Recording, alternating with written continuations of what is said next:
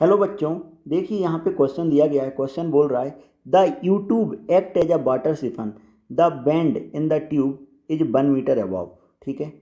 The water surface, the tube outlet is 7 metre below the water surface. Clear है। 7 metre below the water surface. The water issue from the bottom of the siphon as a free jet at atmospheric pressure.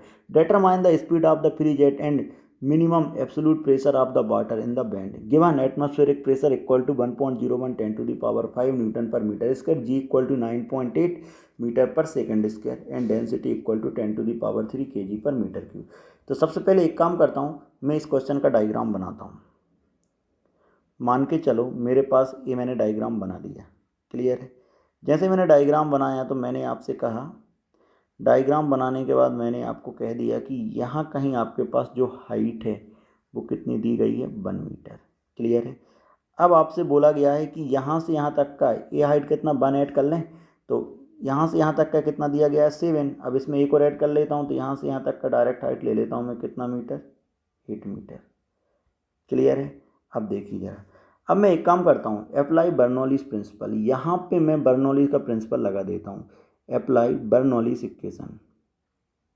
जैसे ही मैंने यहाँ पे Bernoulli's equation लगाया तो मैं क्या लिख सकता हूँ, देखो P1 ये तो ATM हो गया, प्लस हाफ रो V1 का स्क्वायर, इसको 1 नाम दे दिया मैंने और इसको क्या नाम दिया, 2 नाम दिया, plus rho G into H1 equal to किसके बराबर आ रहा है, rho 2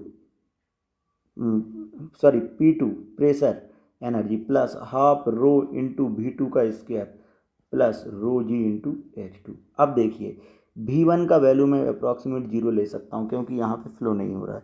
P1 equal to P2 equal to किसके बराबर, P के बराबर है जो कि PATM है। तो P1 P2 को मैं क्या कर सकता हूँ, कैंसिल। तो यहाँ से आ गया rho G into H1 equal to half rho into V2 का square plus rho G into H2।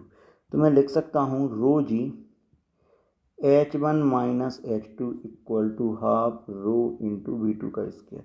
रो हो गया कैंसिल, तो यहाँ से लिख सकता हूँ V2 का square equal to 2G H1 minus H2। तो V2 इक्वल टू आ गया under root of 2G into H1 minus H2।